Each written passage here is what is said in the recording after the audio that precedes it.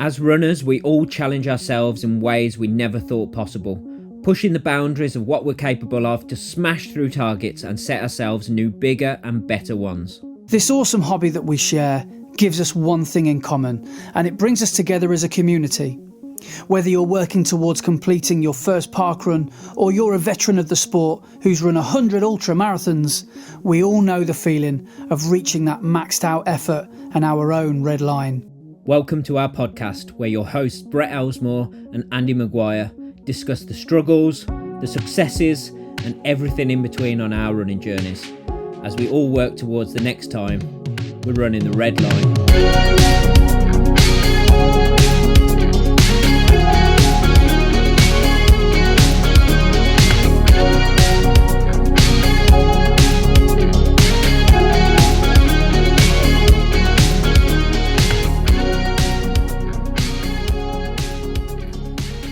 Hello and welcome to episode 120 of Running the Red Line. I am your host Brett, and I am joined as always by my co-host Andy. How are you this week, mate? I'm all right. I'm a little bit nervous because I've decided to go no fan in here, which is a bold move because I'm already warm. So you might see me slowly start to get a little bit more glowing. Right. But I might have to tactically open the window. But yeah, doing all right. It's getting a bit cooler lately, isn't it? It's not quite so so aggressively hot as it has been. The weekend where I was, it was really hot Friday, but then Friday during the night, it rained a little bit. And then on the Saturday, it was cloudy, so it was a bit cooler. But as soon as the cloud cleared and the sun came out, it was like someone switched the oven on. It was ridiculously hot, and then a cloud would come over again. It was quite cooler, and it did that again on the Sunday. Well, speaking of that, did you watch the eclipse last week? Yes, and no at the same time. Okay. Yes, we tried to have a look at it. We're up at my shop, and we're working on my bus. And my dad had some little bits of smoked, well, they're not smoked glass, but they were like a welding glass. Yes. You could look through it and see the thing. And I also was trying to use my phone and turn down the exposure and everything to try and get it. And as the eclipse happened, massive cloud in front of it. And then as soon as it finished, cloud disappeared. I know. We were all watching the same bit of cloud, and we were going, no, you could just tell what was going to happen, couldn't you? And I was like, I'd set a little alarm on my phone so I'd know it was happening in like 3 minutes or something. And just as that alarm went off, the cloud was coming. I was like, we ain't going to see this, are we? Yeah. No chance. And you have to wait. When's the next one? 2090, I think. 2095 or something. Yeah, we'll be about 100, won't we? Or something like that. Yeah. So, exciting. I think it's 2090, the next one. The next solar eclipse. There you go. That's my photo of it. Look. Ooh. Oh, beautiful. just cloud with a bit of a bright bit. So where were you then? Were you in the garden, or were you up a hill, or what were you doing? It was you were at the shop, sorry. Oh, yeah, right, yeah, you did say that. So we went out the back of the shop to have a look at it, and it was just cloud. Did you notice, because me and Laura were sat in a field, and we actually did notice for that 20 minutes or 10 minutes or so, the temperature did drop, and obviously so did the light as well. I don't know if you noticed it getting a little cooler. Yeah. And I certainly did. Partly because the cloud were in the way. Just because it got really cloudy, yeah. But that was typical. Did you read or see that loads of people flew to Iceland and Greenland because in the northern parts of the globe, I guess, that's where you could see the sun highest in the sky. Mm-hmm. That's where you could get a really good 99% or 100% view of it. And it was massively cloudy in Iceland. So people, I was watching this Sky News or BBC News thing about it, and people had flown from like Australia and America to see it. And just cloudy. So, and then, but my sister, because she was on holiday in Spain got a really good view of it as well. Oh wow! And where they were in, they were visiting some friends actually in Barcelona. And if you've ever been to Barcelona, Barcelona is quite a hilly place. And they thought it'd be a good idea to just, not go on top of a hill. And just as it was setting, it just set just behind this hill. And so they would have had a brilliant view of it, but the sun set. It's like, Louise, what a schoolboy error. You've got to anticipate the trajectory of the sun. Come on. So, but brilliant. Yeah, so she said loads of people were out and all groaning at the same time because they just missed it by 5 or 10 minutes or something. But yeah, it was pretty impressive, wasn't it? Yeah. A lot of people, and I think this is well, I didn't see it because it was cloudy kind of reaction. Loads of people were saying how underwhelming it is. It's not underwhelming. It is a phenomenon. It is amazing. You can't be underwhelmed by a solar eclipse with 90-something% totality. That is amazing. Wasn't the last one like early 2000s or something like that?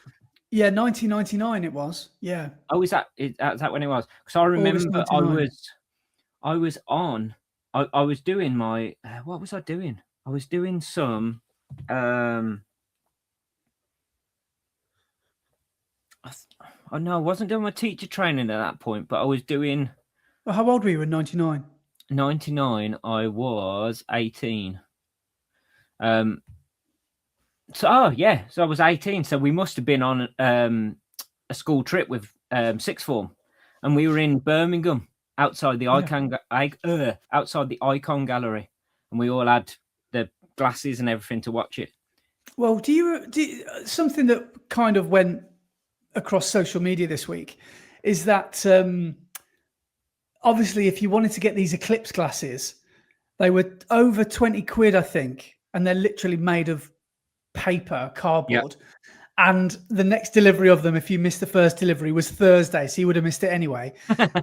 And when you think, what I saw someone saying was in 1999, so everybody could see it, loads of cereal, I don't know if it was cornflakes or maybe Kellogg's or all the big, I think it was cereals, maybe newspapers, or maybe everyone jumps on this, was giving away free glasses. Yeah.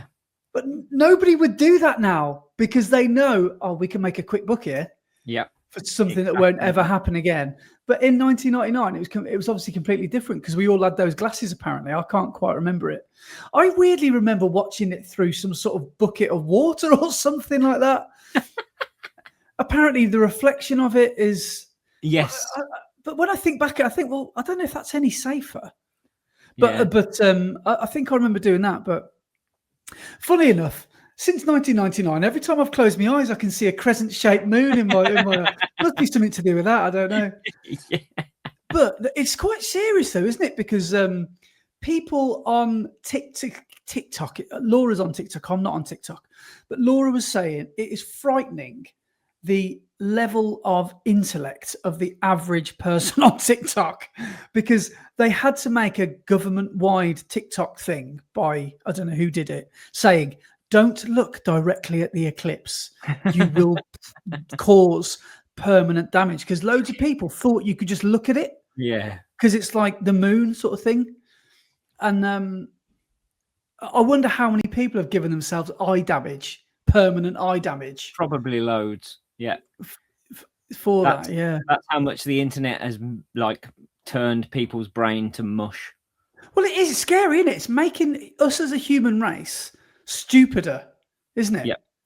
The internet, 100%. Yeah. And people are just getting thicker and thicker. Like TikTok, as you said, I've never even seen the app, let alone downloaded it or used it. But apparently on TikTok, in China, all of the algorithms show kids educational stuff. Yeah. So stuff that will teach them things and make them better humans. Whereas in the West, everything is just slop and crap to turn your brain to mush. Yeah. Yeah, that sounds about right, doesn't it? But do you know? Right. Okay. Right. Let's go down this rabbit hole. You probably don't even have an answer for this because I know your opinion on AI. But what's your most annoying feature of AI? I'll go first. Right. I cannot stand. It makes me capable of like violence. I can't stand it.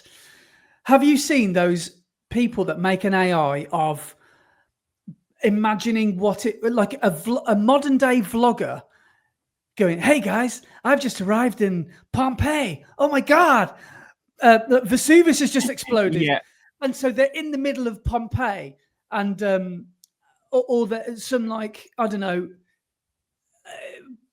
historical event. Yeah. And it absolutely drives me mental. Yeah. I don't know how that is educational for anybody really, because that's no, it's ridiculous. It's purely for entertainment, and it's not very entertaining. No, it's those prompts things are the worst things that's ever happened to humanity. I'm sure. I'm just convinced of it. Yeah. The thing I hate most about AI is it makes stupid people think they're clever and uncreative people think they're creative geniuses. That's basically my yeah. And is there anything worse than an AI thumbnail on YouTube? That really gets you going, doesn't it? Oh, that man. really gets under your skin. As soon as I see any text that is slightly distressed and is slightly slanted and it's white and yellow, I'm like, I am not clicking on that video. I'm sorry, but you've lost me. The thing I find funny about it is they all look the same. Yeah. They're all identical. So you have to, in the prompt, say, "Oh, and by the way, please make it look different to everyone else's." And also, when you do an AI, I've never done this, but when you do an AI picture of yourself, it don't look like you, does it? Look nothing like the person it's supposed to be, because it does like a weird rendering. It's like, can you remember when you used to go to the arcades years ago and you'd go in the Da Vinci booth and you'd go in there and it was like a photo booth, but it drew a picture of you instead of taking a photo. It was just a really terrible filter done on some crap clip art or something. It's like that, and it's ever so slightly off, so it doesn't look like the person. It's like a really weird, some similarity, but not quite. It's like a clone that's gone slightly wrong. Slightly wrong. But everything that AI makes has got the same lighting and dirty sort of look to it. It doesn't look clean. It's got that weird high contrast, muddy look to it. As soon as I see that on YouTube, sorry, but I'm not watching your video. If you can't be bothered to put a little bit of effort into making a YouTube thumbnail, I am watching your video. I'd rather it be a screenshot from your video with some Times New Roman or Comic Sans on the top. Yeah, comics. I would take Comic Sans. That's saying something. And that takes all of 2 minutes. Well, I think the point to do that as it does for you to type out a long prompt for AI to make you feel like a artist. Well, I think the point is, because I know we've got obviously friends that probably do AI thumbnails who probably feel a bit attacked right now. But yes, so you should be. Yes, feel attacked. But I guess the best thing about AI and the reason everybody uses it is because it's something that is passable within seconds. Yeah, and it's something. Anybody not for your standards. No, but anybody with eyes knows it's not passable. Anyone who didn't stare at the eclipse. Yeah, basically. But like, there are some decent. If you get creative with an AI, I imagine you can. Well, you'll never fool the Elesmore, will you? He'll always riddle it. But I think I will let you off if you use it to assist in your design. But if you're just using it all out to create the design for you, there's no excuse. The thing that kills me is how many turtles have probably been killed just doing someone's 16-person view AI thumbnail. Because the amount of a load water, of plastic straws in the sea? basically, it's like, apparently it uses, or it's warming the waters, isn't it? AI, because it's some sort of ChatGPT or all these Claude AI or whatever the big ones are called. They're all supercomputers at the end of the day, aren't they? Did you hear about the fad over COVID of something called an NFT? Yes, a non-fungible token. Yeah, so that has hopefully had its day by now. But there are some people that it's a bit like a crypto scam, wasn't it? Yes. It made a quick I don't know, it exploded onto the scene. And you could see that people were selling pictures of monkeys for thousands and thousands of pounds, and now they're worth about £1. Yeah. But for some reason, some people sold these NFTs within that first couple of weeks. And other artists started thinking, well, I want to do that. And so everyone started doing these NFT things and quickly realized that they're nonsense. But to do it, you had to buy Ethereum or whatever some sort of cryptocurrency was. So you had to spend money to make money. And the thing was, you probably weren't going to make any money. Yeah. But you had to buy a certain amount of tokens to be able to put this NFT out there. But anyway, it's way beyond my I can't really comprehend crypto. But do you know there is a country somewhere in South America where cryptocurrency is legal tender? Oh man. That's how corrupt. I'm sure it might be Venezuela. That could be wrong. Yeah. Crypto, I'm going to say crypto legal tender. I'm sure it was somewhere in South America. How dodgy is that? Imagine getting paid at the end of the week working in a blooming bakery. El Salvador, that's it. Mate, Bitcoin became legal tender in September 2021. Requiring local businesses to accept it for goods and services if they have the technology. And the other one is the Central African Republic. Like these are some of the poorest countries in the world. Yeah. But so corrupt, isn't it? Bitcoin is probably the only crypto which has any substance to it. 90% of crypto is a scam. And people start these crypto coins just to fleece people out of money. Yeah. Did you ever hear of? Do you know who I mean by the Hawk Tour girl? Yes. Yeah. Okay. She is a classic example of someone that has been absolutely used and abused by the system. She got famous for saying what she said. She didn't even have social media at the time. She didn't even have an Instagram account apparently, and then she got given all these podcasts and platforms and stuff. It was actually quite funny because there was actually a podcast called Talk to Her. Yeah. That was quite good. That's quite a good play on words. She got, I don't know how, she basically got obviously very manipulated by some people to sell, what was it called? The Hawk Tour coin. Yeah. Yeah. Yeah. And obviously lots of people lost lots of money. And she has actually been revered as one of the only people to do this and apologize and say that she was in the wrong. Because what's her names who do Prime, not Amazon Prime the drink. Yeah. What's his name? Jake Paul made Jake Paul made a crypto coin, told all of his followers to go and buy it because it was going to be the next big thing. It went up in price and was selling really, really high, and then he cashed out, which tanked it all, and everybody lost their money. So he basically just stole everybody's money from all of his followers and his fans. That's basically what a crypto scam, isn't it? Yeah. Go and buy this, guys, because it's going to be a really good investment. Oh, sorry, guys, my bad. You didn't put too much money in, did you? Oh, only your life savings. All right, see ya. Talk to our legal department. Yeah. of which you have got no legal leg to stand on because you apparently knew the risks before you got. Yeah, and crypto's unregulated, isn't it? Exactly. So Logan Paul and KSI did it, or definitely Logan Paul apparently, and obviously Jake Paul's done the same thing. And it wouldn't surprise me if loads of YouTubers have done it. Should we do one? The running the red line coin. It's going to be the next big thing, guys. It's accepted in El Salvador. Oh, that'd be hilarious.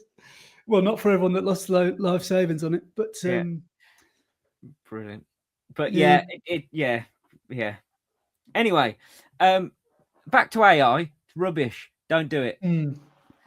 I kind of, let me just go on the other side of the coin, and let me just be apathetic for a second. I do understand why people do it, because obviously it's easy. It saves you having to be creative, which is the whole reason we hate it.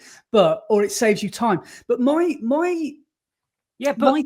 thing is, I really enjoy that part of the process. So I like making the thumbnail and But what I was about to say is, if you're making YouTube videos, you are a creative. You are filming the video, you're putting a story together, you're editing it and putting it out into the world. Why would you then want to present your creativity that you've spent time putting together with something that a computer's made that looks terrible? Do you know what's funny though? We are sounding like dinosaurs. We are sounding bitter and twisted.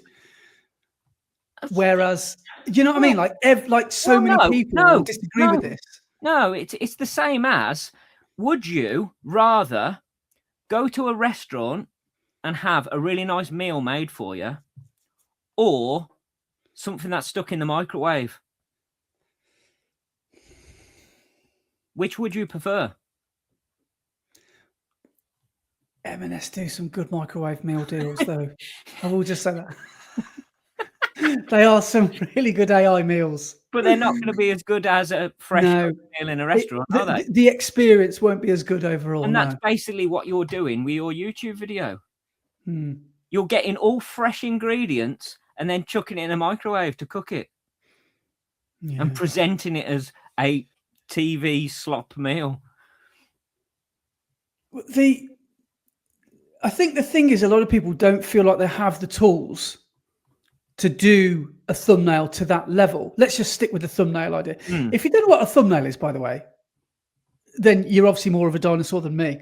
But it's like your shop window for when you're trying to attract people to watch your YouTube video. And if you don't feel like you've got the, I don't know, creative skills to make one, then you obviously just make AI make one for you, and you just give it a few things that you want it to be about, and it does it for you. But I think a lot of people do it because they feel like they couldn't do it as well. They couldn't do anything better than it. But if you're making YouTube videos, you've got creativity and you are creative. It should be your responsibility. Yeah. So do the same creative process that you use to make your YouTube videos to make your thumbnails. It is a bone of contention, really, because you look on your YouTube feed, and I'd say 50% of your thumbnails are and AI. But most people, and they all look the same. So how do you show that your content's different to everybody else if your thumbnail looks like everybody else's? At the end of the prompt, right? Make it look different, please. But isn't it funny that you have to? I think it was Mac who wrote this once. He's like, at the end of his prompt, he wrote something, and he's like, the picture of me must look like me. So he had to write that into AI because otherwise AI was going to make it look different. And what AI thinks is a better version of you. So, you know, AI doesn't think that well of you. Yeah. So think out, But AI doesn't think. That's the problem. All AI does is gather every other image in the world and then merge them together to go, there you go. It doesn't actually create anything. I was watching every now and again. I mean, I can't tell whether I think he's a complete psychopath or a genius, but I was watching an Elon Musk thing. I think, was he back on Joe Rogan recently? I don't know, but he was giving an interview to someone, and they were asking him about where they think things are going. And he was saying that he thinks in 5 years, as quickly as 5 years, there will be no apps anymore. There will just be one device, and anything with an AI so responsive that whatever button you press, or let's just say there's social or messages or something, it will know what you want to look at or something like that. I mean, he does talk in riddles, so I don't really understand him half the time, but he thinks that we will have a device similar to a phone that will just be a completely AI version of, like, you won't have a choice anymore. It will, all your apps will be AI. And what an awful thing that would be, and what a horrible world that would be to live in. That's what scares me about Elon Musk, is that he is like a robot, isn't he? He's not human. I don't even know if he is human. I mean, you could argue that what he's done is obvious. Because did you know that he was the creator or one of the CEOs or whatever PayPal? Of PayPal. Yeah. That's where he made his money to start off with. Yeah. Yes, I mean, how old's PayPal? 25, I think he just got into it. I don't think he was one of the originators, but I don't think he actually did anything to start it off. Same with Tesla. He just used his money and bought himself into the company. Oh, so he didn't design all those things, or he didn't? I don't think so, no. Right, okay. I may be completely wrong. Don't quote me on that, but I don't think he did. Yeah. Well, the SpaceX thing, again, that's probably similar as well. But I remember I used to watch a lot of photography stuff on YouTube, and I always used to watch a lot of astrophotography stuff about people that obviously go out to places in the darkest parts of the countries and take photos of the stars. And one guy was saying how much of there's been no one more destructive for this planet in the history of the world since Elon Musk, because the night sky is just completely littered with satellites now. So if you look up on a clear night, you'll see so many satellites every 20, 30 seconds.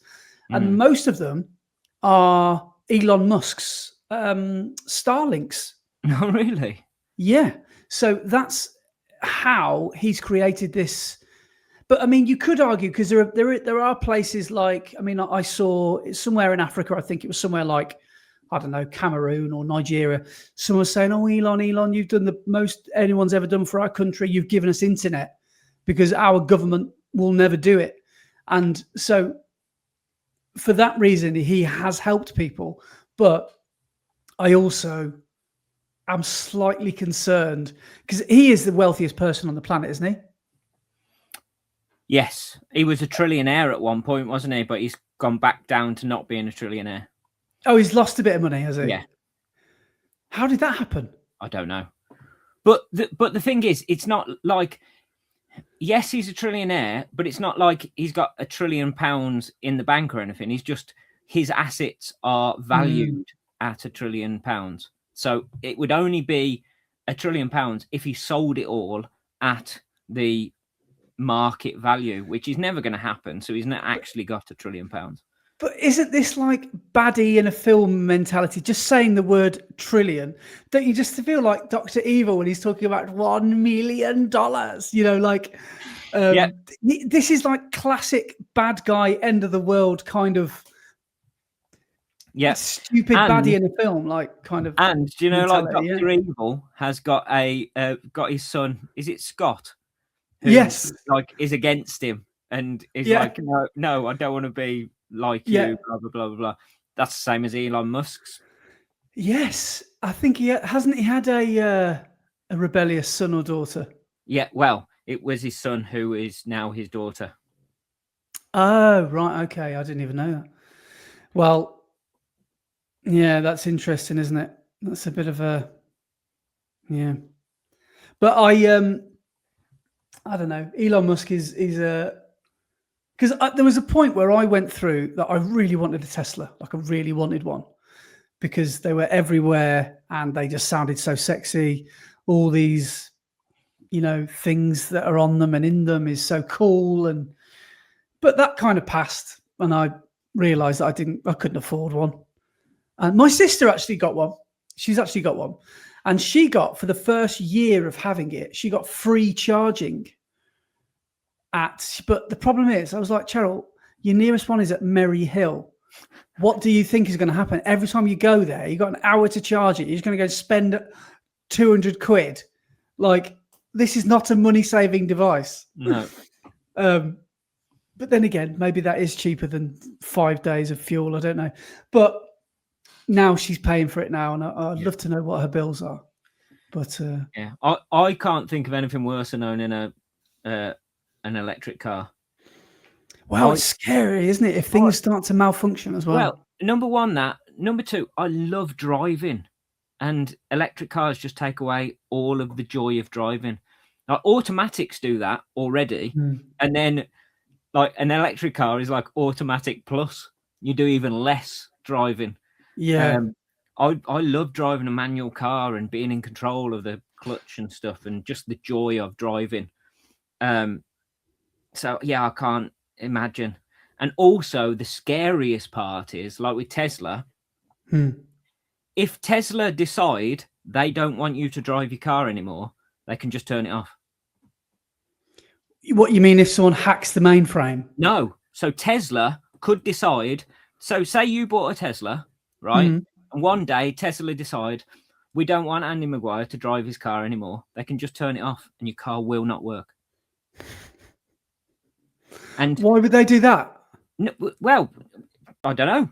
Whatever reason. Yeah. But to be able to drive a Tesla, you have to have a Tesla account to be able to be logged in and everything. So they can decide that they could one day go, see, you're all driving a little bit too fast, so we're going to limit your cars to this speed, and no one will be able to drive over that speed because Tesla have made that decision. Yeah. And like, if you sell a Tesla, the person who buys it has to have a Tesla account, and sometimes they can't get an account. And there has been things in the past where people have sold secondhand Teslas. They've taken it to a Tesla dealership to then get registered on it. Yeah. And Tesla have gone, that's had an accident. We're not registering the car. And you've just spent 40, 50 grand on it. Yeah. And they can't drive it because Tesla have decided it's been in an accident at some point, and therefore it physically can't be on the road anymore. Yeah. It does entice me to like charging your car like you would your phone overnight. Yeah. But apparently there's a BMW coming out soon. And do you know how, like, with cars, you can buy like the base model, or you can buy the next model up, which has got a slightly nicer interior, or you can buy the next one up, which has got a few more things like a better sound system inside and stuff like that. Apparently there's a BMW where it's like that, but the different levels that you pay are just different things within the computer on the car. So the aircon, they can either turn it on or off. So you can either have a car with aircon, or they can make it so you haven't got aircon, or other things like that. Is just a thing in the car system computer. I don't need the windscreen wipers. I'm trying to save a bit of money. I just hope it won't rain. But it's mad how the world is going. Yeah. And I suppose that's why I drive old cars, because I'm not a fan. Speaking of that, do you want to tell us about your hopefully much better experience of driving the bus this weekend? Well, yes, last week was a bit of a stressful week. While I open the window, because I'm absolutely roasted.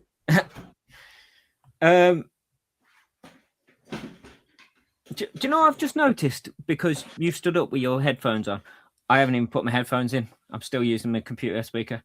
I didn't even notice that. I can't hear any feedback or anything. So right, I don't know. what was I going to say? Yeah, so I had a bit of a stressful week because obviously my bus didn't like coming back from Devon, and we went over everything trying to work out what was wrong. And we eventually, on Thursday, I took it for a test drive at about 6:30, 7 o'clock at night, and it drove okay. And I went and got petrol, and it drove okay. But in the process of that week, we had taken the carb off and completely stripped the carb and completely cleaned it out. Reset the carb and the settings on it. We redid the timing and took the distributor out and sorted all that, and then redid the timing on the distributor. We changed the condenser, we changed the coil, we changed the fuel pump, we resealed all the servo system. We've done a load of stuff, and I don't know which one of those things that we've changed has done it, but it seems to have fixed. So managed to drive to Skeg without an issue and drive all the way home without an issue. Oh, that's wicked. So because Skeg's quite a long way as well, isn't it? It is. So it's about how long did it take us? Because we were in like convoy in all of our Volkswagens, so we were only doing about 60, 65 at the most on the motorways and stuff. I think it took us about 3 hours, 3.5 hours. Yeah. And then when we got there, and we were stuck in a queue to get into the show for an hour and a half. Just sat on the road, just moving slightly forward every 5 minutes. Oh, were you panicking about the bus at that stage? Sitting in the frazzling sun, hoping the bus doesn't overheat. It was mega hot, and I was like, "Oh, is it gonna?" But it didn't miss a beat. And obviously, there's no aircon in the bus, is there? Oh no. So how do you stay cool? How do you? You don't. You just sweat. Right. Just get the old Lynx Africa out. Just in a big glass box. Yeah. Right. Yeah. It must be warm. Yeah. But yeah, no. We got there, and it drove lovely all the way there, and it drove really well all the way back. So what I don't know what we did, but we did something. My dad is a wizard. What he's done, I don't know, but we managed to fix it somehow. Yeah. Amazing. But then, because I test drove it at like 6:30, 7 on Thursday, we were leaving Friday morning, and for the show for Viva Skeg Vegas, each year I design and print some T-shirts which get given out with all the trophies. So everybody that wins a trophy at the show gets one of my T-shirts as well. What are the categories? Oh, so different, like our club RSVP, we have an RSVP choice. So us guys go around and look at all the cars and decide which one we like the best and which one we'd want to drive home. And that gets our trophy. So all the trophies, the show is quite cool in that way. So they do have a best of show that Toby and team who run the show decide on. But all the other trophies are trophies that are donated, and then the people who have given the trophies pick their pick. So rather than the organisers going around and picking all of the winners, it's picked by the people who have given the trophy out. So it's not a fix. No, yeah, exactly. Yeah. So it's not like Battle of the Bands. yeah, very true. Man, I've had some experiences with that in the past. Me too. I bet you have as well. But so I design and print some T-shirts that we can then like give out to all the trophy winners. And when I got back from that test drive, I still hadn't printed the T-shirts. So we were leaving Friday morning. So I fired up all of my dryers in my shop in 30-degree heat and absolutely sweated the hell out of myself trying to get these T-shirts printed. I eventually finished printing at about 2 o'clock in the morning. I then folded them all up, put them in a box, and then realized that our trophy that we give out, the RSVP trophy, I always make the trophy. I hadn't made the trophy. So how do you make a trophy? I make them out of resin. So our trophy is like let me see if I can find a picture of one. Hang on. So basically, our logo for the RSVP is a fist with RSVP written across the knuckles. Right. So for the trophy, I was going to say, have you donated your second place at the Droitwich MM45? Yeah. So, trophy. Where are they? So that's our logo. Oh yeah. Right. And then the trophies that I do, surely we've got to have a picture of the trophies on here somewhere. Hang on.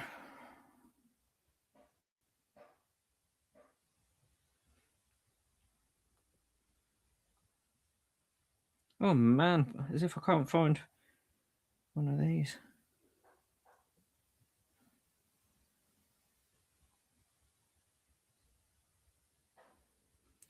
No.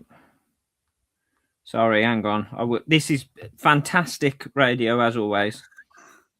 Oh, there we go. So you can sort of see them there. So they're casts of my fist. Cool.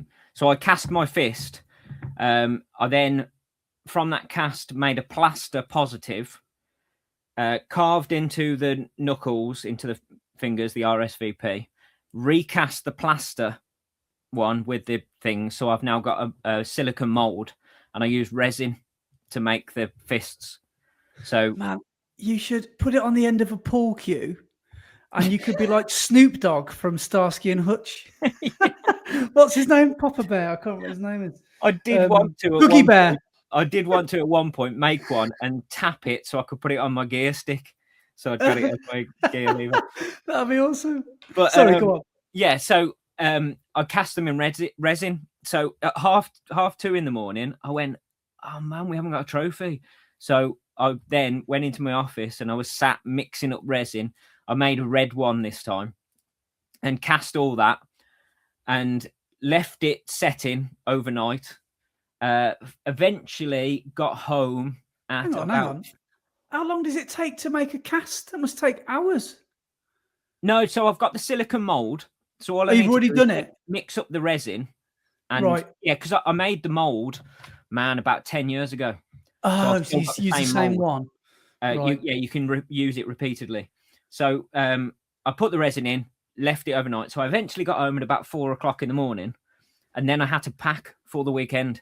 So I started packing everything, and I eventually got to bed at 5 o'clock in the morning, and then got up at 7 so I had 2 hours sleep to get back up the shop so I could drill and tap the fist and its base, and I could mount it all and everything. Then finished packing my bus, then went food shopping, and then met everybody to drive up to Skeg. So yeah, Friday night I was quite tired. Yeah, I bet. So what time do you make it up there for, like Friday evening then? Oh, because because we left Redditch at about 9:30, 10ish. So, and the doors for the show opened at 2, so we started queuing at 2 and got in at about 3:30. Oh, because I remember you saying you were in bed by about 9 o'clock Friday night, weren't you? Yeah. Well, I think I eventually went to bed at 10:30. Yeah. Yeah. Oh, but you had a nice long sleep. Yeah, but it was good. I traded all weekend, so I had my bus with all my wares out the front and everything. Did it cross your mind to have a late start to trading on Saturday morning and find a local park run? I did, and I didn't realise how close the park run was, and I could have, but I didn't take any running gear with me, so I didn't bother. Okay. Yeah. So you've had a whole weekend off running then? Yeah. Well, wow. This is the other thing. I'm not sure I would have been able to run because, do you know, I told you about my toes last week when we podded on the Monday. Yeah, and how ripped all the skin off. They were. Well, I ran on the Monday and they hurt quite a bit. So I taped them up again on Tuesday to go for a run, and they were quite painful. So I managed to do 10K on the Tuesday, and I was like, I can't do any more. So I thought, do you know what? I'm trading the weekend. I'm going away. I'm just going to have the rest of the week off. So I've let my toes heal, and they've now healed enough so I can run without any pain. So I went out for a run last night. When I got home from the show, I chucked me running gear on, got out the door at about 10:15 last night, and went and run 10 mile. And then did you take a torch? Was it pitch black run?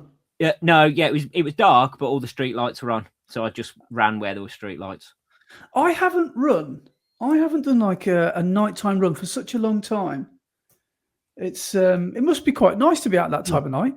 It was, and because it was like so late, I could run on the side of the road, and there was hardly any traffic, so I just hopped onto the pavement every time a car came.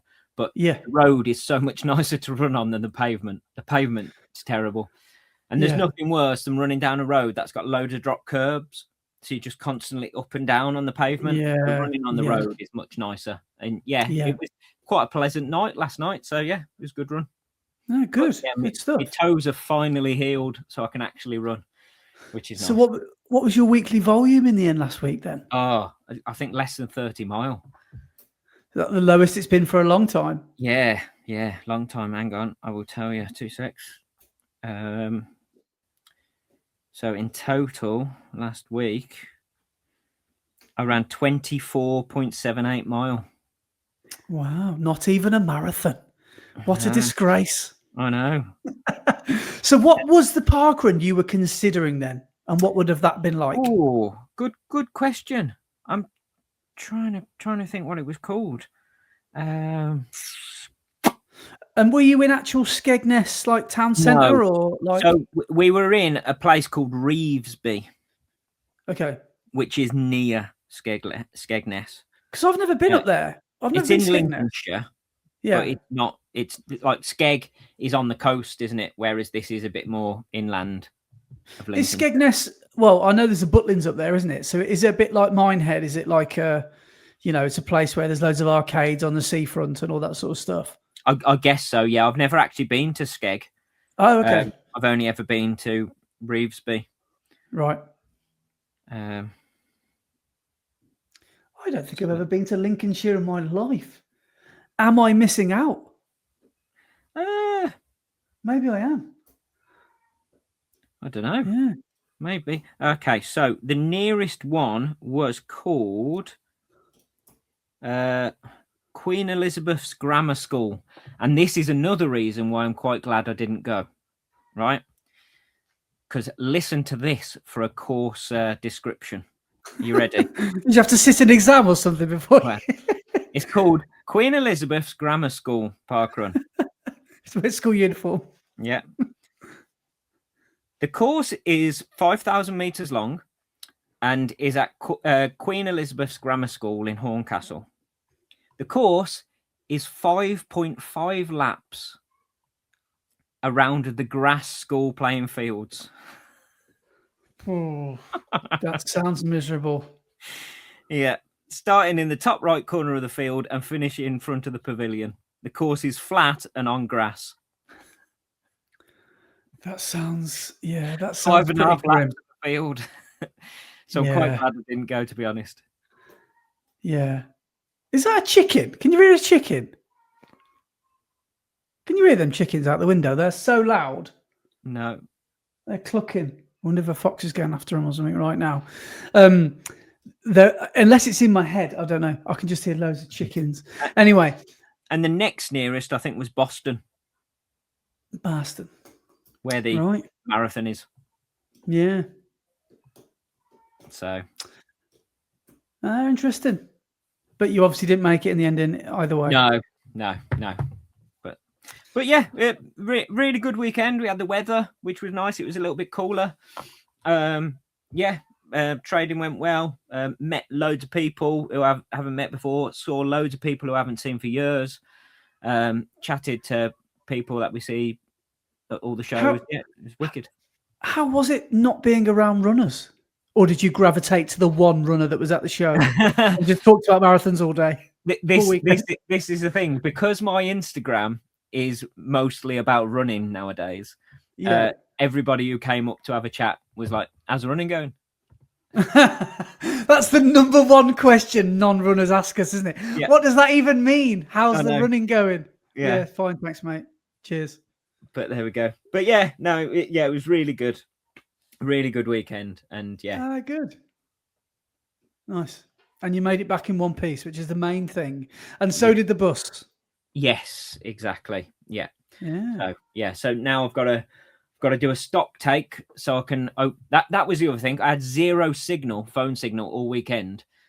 So trying to do anything on the internet was terrible. Trying to take any card payments was non-existent on the Saturday. I managed to take a couple on the Sunday because phone. If I put it in a certain place in my bus and left it alone and just like clicked it and walked away, it sort of managed to take a payment, but not really. So I realized that I was selling stuff on the Saturday and then went, oh, I haven't turned off my online store. What if I sell the thing that I've just sold? Because all of my stock's on there. So I spent about an hour trying to get onto my online store to turn it onto maintenance mode so nobody could make any purchases. So I've got to now do a stock take of all the things I've sold, change the inventory on my website so I can then open it back up again. Right. Fair enough. Well, what do you think of it? Well, I was going to say, what do you think about this? Because I read about someone who'd ruffled some feathers recently down in Cornwall. A entrepreneur called Charlie Thomas, I think his name is. He's the founder, I'm just reading this because I've just Googled him quickly, of a clothing brand. I don't know how big or small it is, called Babble and Hemp. And what he does is he makes his living. Well, I could be wrong here, but this is what I've read on social media. He is almost protesting about the prices of business rates and shops and stuff. So what he does, he just goes basically illegally to hotspots all over the UK and just sets up shop and trades out of his van or his, he's a clothing brand. And he's like a famous, I don't know, ice cream or food retailer that has got a bit of a reputation. So he knows people will come and find him. And he was in somewhere like St. Ives or something like that. And apparently he was just on the middle of the beach causing absolute chaos for the locals. And he apparently has openly paid parking fines one after the next because he knows that he will make more in sales to pay it off than he would if he had a shop. So how does operating a business like that make you feel? I quite like it. It's quite rock and roll, isn't it? I quite like it. Yeah. Sticking it to the man. Just rocking up and doing some what would you call that?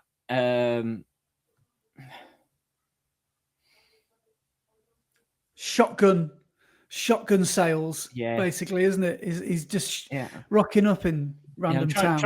Trying to find the word. Not vigilante, not pirate. What's the word I'm looking for? He's like an entrepreneurial. He's like a Del Boy, I guess, a little bit. Yeah. But I like it. Not asking permission, just turning up, doing his thing. Yeah.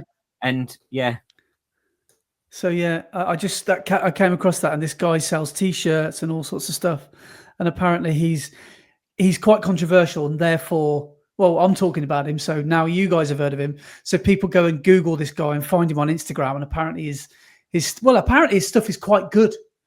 So I don't know. It's called Babble and Hemp, and I think it might be quite Oxford, Cambridge kind of stuff, but.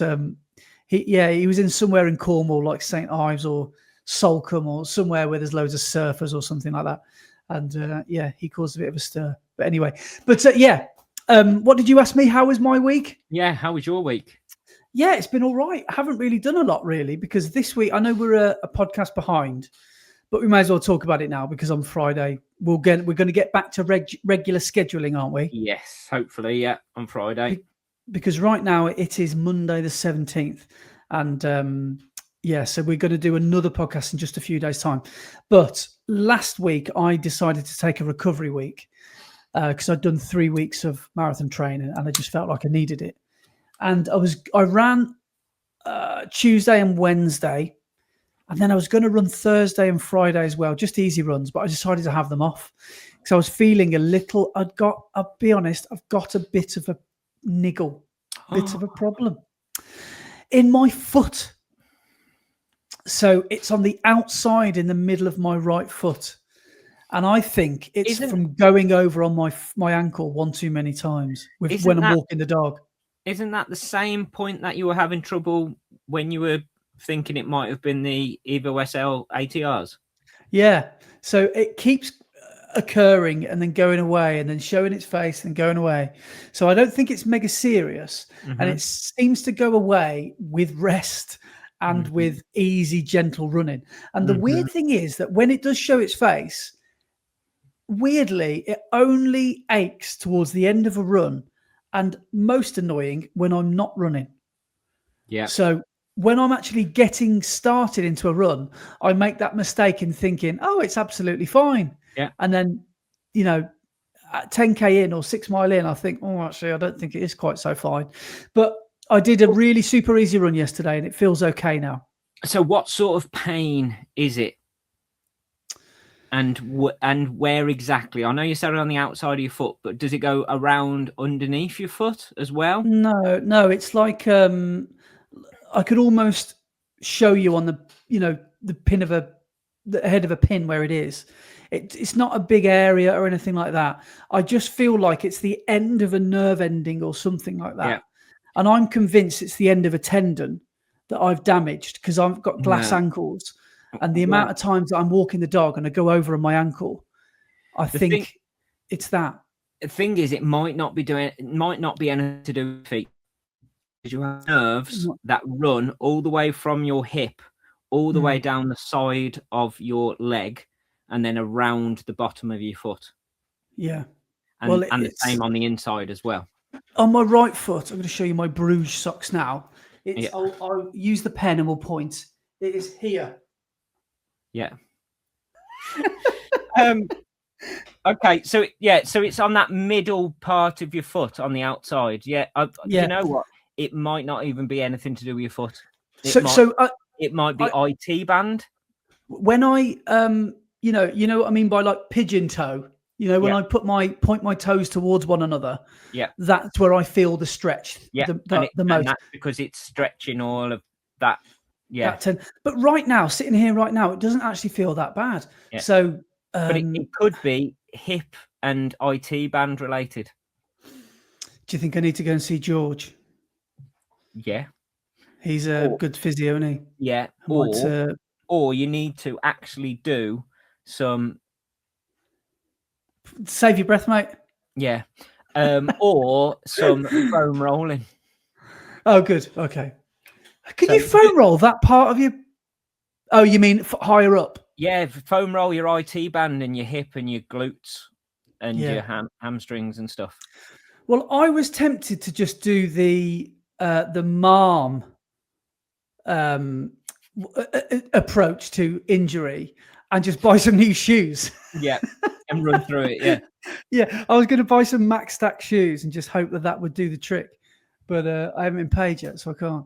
But I wouldn't say it is causing me any distress.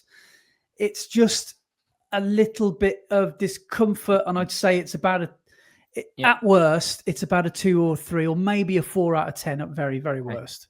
And are you ready for this question?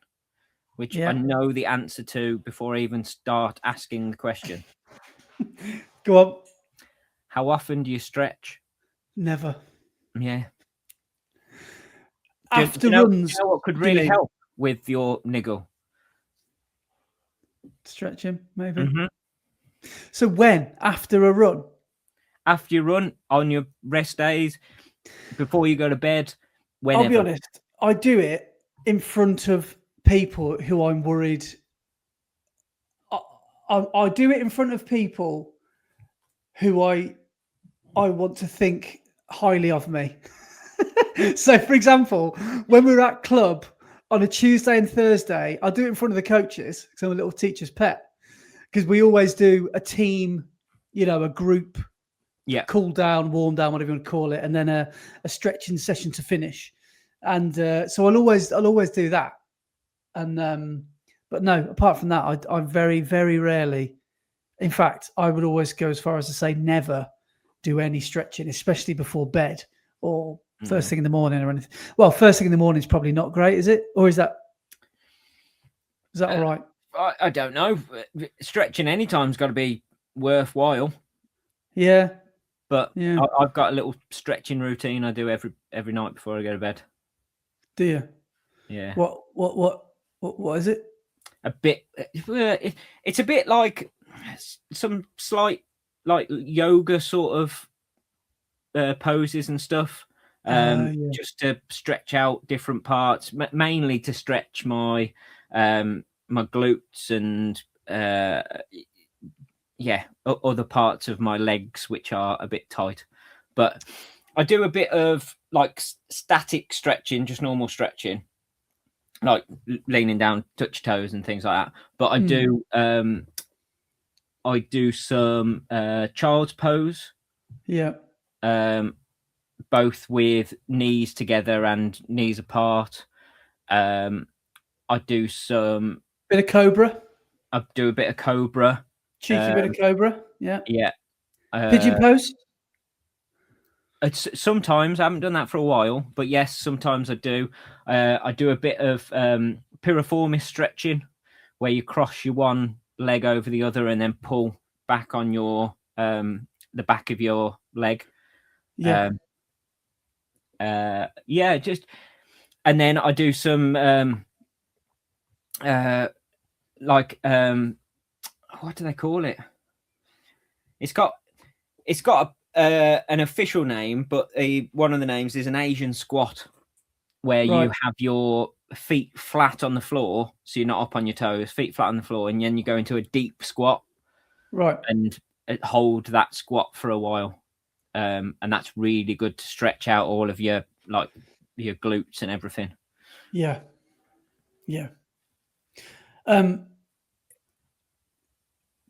Something's just popped into my head, and I feel really bad for bringing this up now.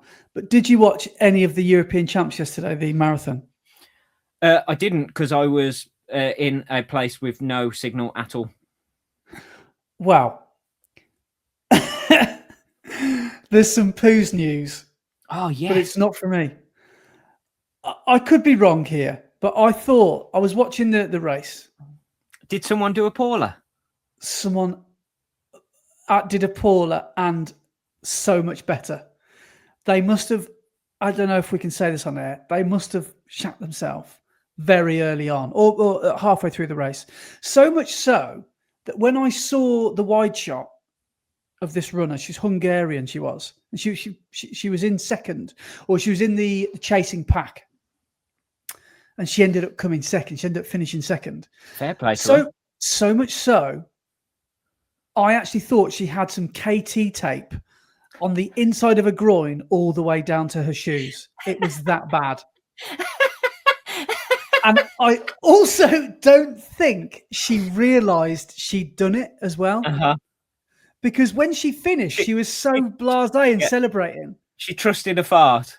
And she shouldn't have. But imagine, there's nowhere to hide in those women's briefs or those women's pants. No. So absolutely massive fair play to her. And second silver medal. European champions. Would you poo your pants in a marathon for a European silver medal? 100%. Yeah. if it meant the difference between finishing and not, or finishing second and not, yeah, absolutely. What a legend. And she finished the race and she didn't look embarrassed or anything. I actually don't think she even noticed. I think she finished, and a guy came over straight away with a towel. Yeah. And I think he was like, "What are you doing? Where's my flag?" Instead. Yeah. And then it cut away to a few others coming across the line, and she had a bottle of water and she was hosing herself down. I was like, "What a legend! We need to get her on the podcast." Yeah, do it and own it. Yeah, that's the way to do it. So yeah, I was watching. I was thinking, is she? No, surely not. So what an absolute legend. But did you hear about it? It was Unity 5K day yesterday. Yes, because that was on the marathon course, wasn't it? Because it was a 5K loop, the marathon. Yeah, and it was Unity 8 5K of them. Was basically one loop of the marathon loop, wasn't it? It looked absolutely brutal. Like I recognise some of the streets and some of them not, but the majority of it is the first 5K of the Birmingham half, isn't it? And some of those streets that they went up were really, really quite steep. And Birmingham as a city is so hilly, isn't it? Did I see that Abby Donnelly got a bronze? Yes, she did. I think she's the first ever medalist for a Team GB. Amazing. Or for a UK athlete to finish on the podium. GB Women's won the team gold as well, didn't they? Yeah, apparently so. Yeah. So they did well. Who was the person just behind her? Was it wasn't Alexander Georgia Bell? Was it? No, it can't have been Georgia. No, because she doesn't run marathons. Alexander Graham Bell. Alexander. Hang on, who's that? He invented the blooming light bulb, didn't he? Telephone, I think. Telephone. Yeah, that's it. He was the one who did the light bulb. Ben Franklin. Alexander Graham Bell. Can't have been her. It wasn't Clara Evans. Was it Rose Harvey? No, she was further down the field. I don't know. I can't remember, but I think there was a chasing pack, and the two Brits were in contention to get the silver at one point. But then what's her name? Poo McPoo face, Poo Pants. She just shot off, and it's always the one. Yeah. The other girls were like, "No, you crack on, love. We don't want to be anywhere near you. Stink." She shut off.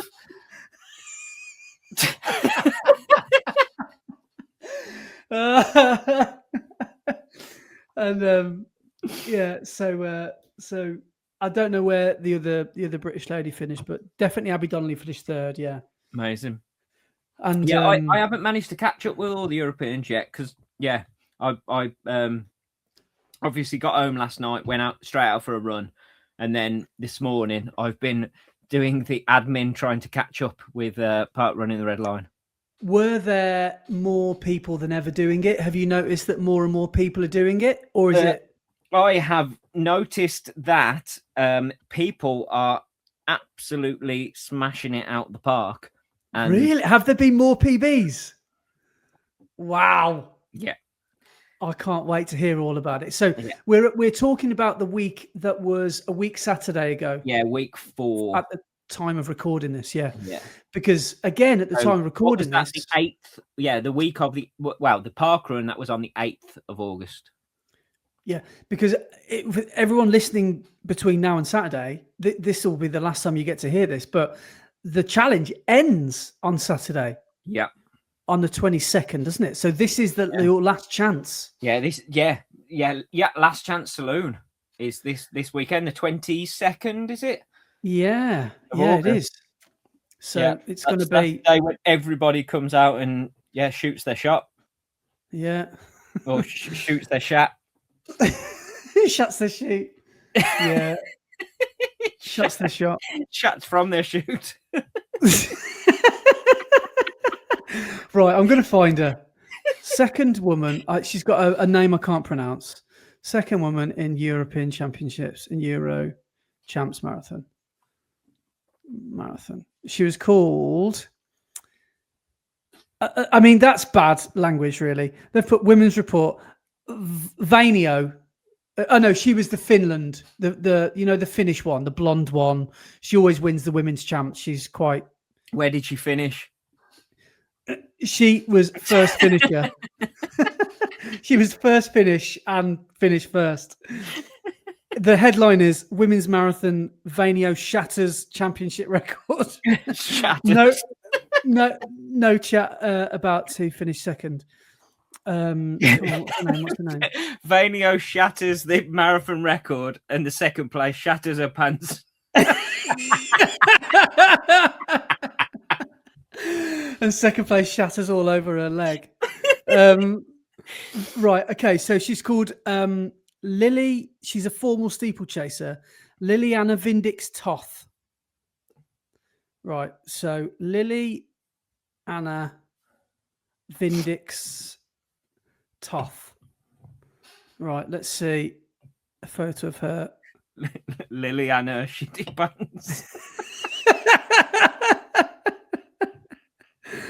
So childish. I'm just gonna put. I'm sorry, I'll put a name. Liliana Vindix Toth poo pants. See what comes up there. No, nothing. No Google images yet.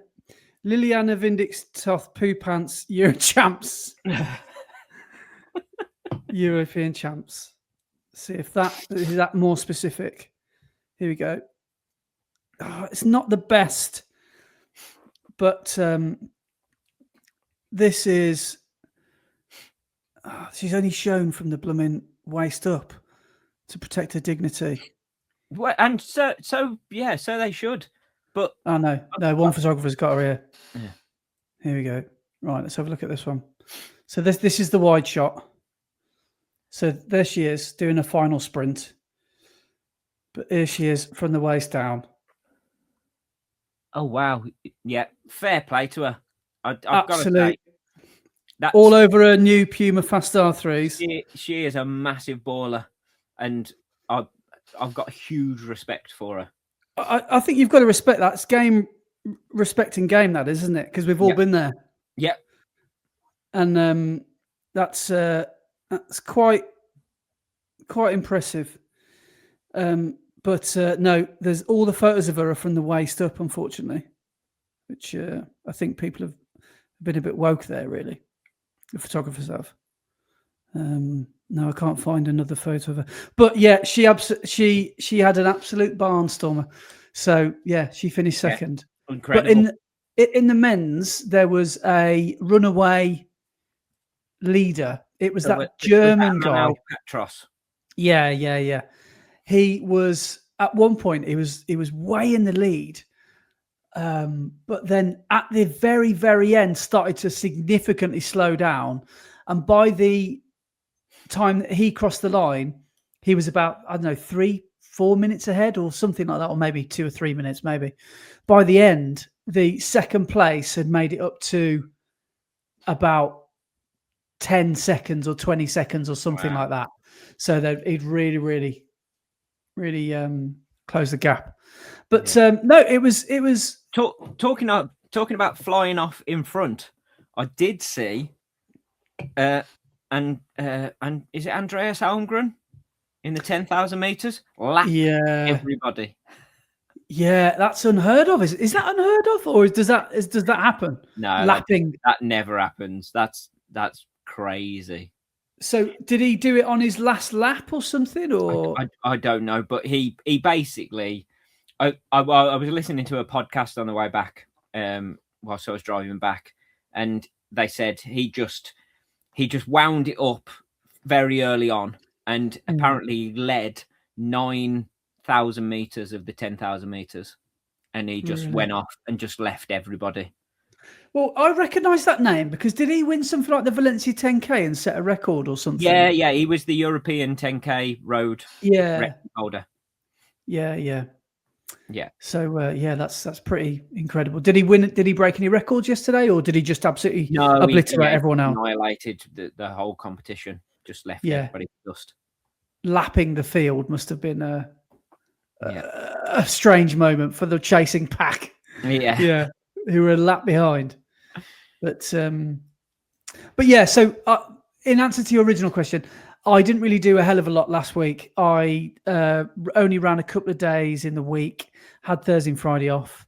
And then Saturday went to Parkrun, which I'm going to chat about next week or next podcast. because we went to a new park run called Cofton Park, which was an absolute banger. Really enjoyed that. And Sunday decided to do a reduced long run, so only did 10 miles. And I drove down to Worcester very deliberately, and I did 2 laps of the river just to keep it as flat as possible. And there was like 100 foot of elevation or something like that. So just did a couple of bridge loops around the river, nice and easy. And good fun. Cool. So tell us about your park run from week 4. Yes. So this was when I went down to Wales. I went down to, sorry for the Jamaican accent there. I did, went down to Monmouth to a park run I did, I don't know, a couple of years ago, maybe last year. And Laura and I, quite a big fan of a town with a park run. So we remembered that Monmouth has got a nice couple of coffee shops and couple of good places and good pastries and stuff. And it's got a very fast and flat parkrun. But the parkrun itself... Keep talking. I'm just going to the loo. I've just put my earphones in so I can hear you. You're going to the toilet? Yeah. How long are you going to be? So I went with the intention of doing a sub 20 or a 1959 not in carbon shoes. So I took down my Mega Blasts and just basically ran as hard as I could. But the thing about Monmouth or Chippenham playing fields parkrun is that it is 3.5 laps. Now, like you said earlier about the 5 laps of that one in Skegness, that's bad. But 3.5 laps is anything above 2 laps I struggle with. I don't know why, but like you do your first lap and you're starting to like lap people already. Fortunately, the course isn't too busy. So there's probably only a couple of 100 max, maybe 150 people that did it. And also I had the target maybe of finishing on the podium. I've never, ever finished higher than 4th. But I did it! I finished in the bronze medal position because I outkicked somebody right at the very, very end. I sat and kicked because a guy was basically pacing me for the entire time. And I did the decent thing of overtaking him with 50 meters to go. You did him on the line. I did him on the line. Yes. And I didn't feel bad about it. And he couldn't respond. He had nothing. He had nada. He couldn't live with the pace. And I finished 3rd, which was good. But I did 20 minutes, 6 seconds. So I just missed out. But I did my first 2 miles a bit slow. I did a 6:32 and a 6:35. And I should have gone out a bit quicker and then, not felt bad about going out a bit quicker. But I'm still getting used to like the whole pacing stuff in miles. But I'm getting there.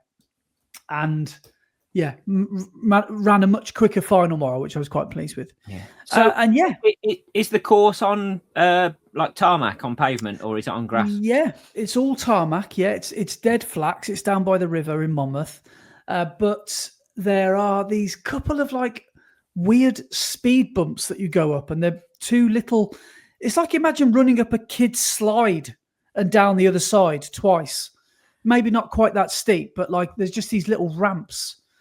And you have to go up and over them 3 times because you do 1 lap of the cricket pitch and then you do 3 larger laps. And you could argue that it's a little bit dull, that it's not the greatest parkrun in the world, but it's one of them that you just go there just to get your head down and just run as hard as you can because there's, apart from those little bumps, there's no elevation at all. And it's quite vulnerable as well. The winner won it in maybe low 19s or high 18s maybe. So it's a very vulnerable parkrun for anyone that wants to go and take the dub. Well, it must be if I came 3rd. Because considering on Saturday just gone, I finished 30th. And I ran not much slower than I did on this one. So potential for anyone that wants to go and take the W. But good. And we found a good coffee shop afterwards, which was very important. A nice little artisan baker. What pastry do you have with your coffee? Queen of Man. Have you ever had one of them? Yeah, I haven't, but you've talked about it a lot. Very tasty, very tasty. Yeah. So it's like this French. It's like a lasagna pastry. It's all but it's without any beef. So it's like layers of pastry. It might as well. I don't know. It's like the actual top of it has got this sticky, glazed, salty, sweet. I don't know. You bite it and it crunches, but then as soon as you start continuing to bite through it, you just start biting through the soft layers, and it's quite chunky as well. It's like as deep as eating like a pie. Like it's quite deep. Maybe not a pie. So is it the pastry version of a creme brulee? Yeah, exactly. And there's nothing that will spill out onto your like chest if you ate it like that. Do you know what I mean? There's no solid filling. It's just unadulterated filth. It's just stodgy layers of pastry, and it's really, really tasty. So I had one of them. You saying that about things squirting out on your chest has just reminded me of something from the weekend. One of the guys that we were camping with had his breakfast, and they were all cooking like bacon and sausages and stuff, and they were having sandwiches. And a couple came over that he hadn't seen for ages. So he said hello to them, give them both a hug, and they both stepped back, and they'd got a big brown stain down the front of their top. And he hadn't realised because he was wearing a black T-shirt, but he dripped brown sauce all down his front. And when he'd given them a hug, he'd just transferred the brown sauce down onto their white T-shirts. Oh, excellent. Oh, that's hilarious. Sorry, guys. Oh, you should have said, well, I've got some white T-shirts for sale. If you're yeah. Take contactless. So yeah, but all in all, a good parkrun. I would recommend. Nice. But one thing I would say, so this, right, sometimes if you're a little bit polite, you wouldn't know this unless you've been to many parkruns. You walk onto the park, and then you sort of, if you've never been there before, you sort of lurk, don't you, on the outskirts, because everyone's talking, and lots of groups are forming, and you sort of lurk. And then they start the race, the run race. It is a race briefing, and then all of a sudden you expect to be sort of marched to the start, but that collection of where the race briefing happens is the start. Oh, okay. So I thought, hang on, is this the briefing? Okay, right. So whilst the run director had everyone in the palm of their hand, I had to do that thing where I literally walked onto the cricket pitch, and I did that thing where I like ducked, and I was like squatting down so I didn't interrupt anyone's view, and I walked to the very front, because if I didn't, I would have been at the back of a very narrow path. It would have been like a repeat of our Conkers Parkrun start. Yeah. So I made it. I thought, no, I made the very necessary trip to the front and just ducked under the railings so I could be at the front of the parkrun. But if I hadn't done that, I would have started in like 200th place. So I was talking to a guy from work the other day who's first done his. He's only getting into parkrun, and he said, "Yeah, I would have got a PB, but the start was really congested." And the start costed me about a minute, he thinks, or maybe more. I was like, mate, give it a few parkruns and it won't be long till you're elbowing 70-year-olds and children out of the way to get to the front. Yeah. Give it a few more parkruns and you'll be just like me. So yeah. But that's what you got to do sometimes. You've got to muscle your way to the front. And I do you remember we did Bushy? That got a bit silly, didn't it? Yeah, that was ridiculous. Yeah. That was the only time, apart from about an hour ago when we were talking about AI thumbnails, that I think I've seen you turn the colour of a beetroot shot. Yeah,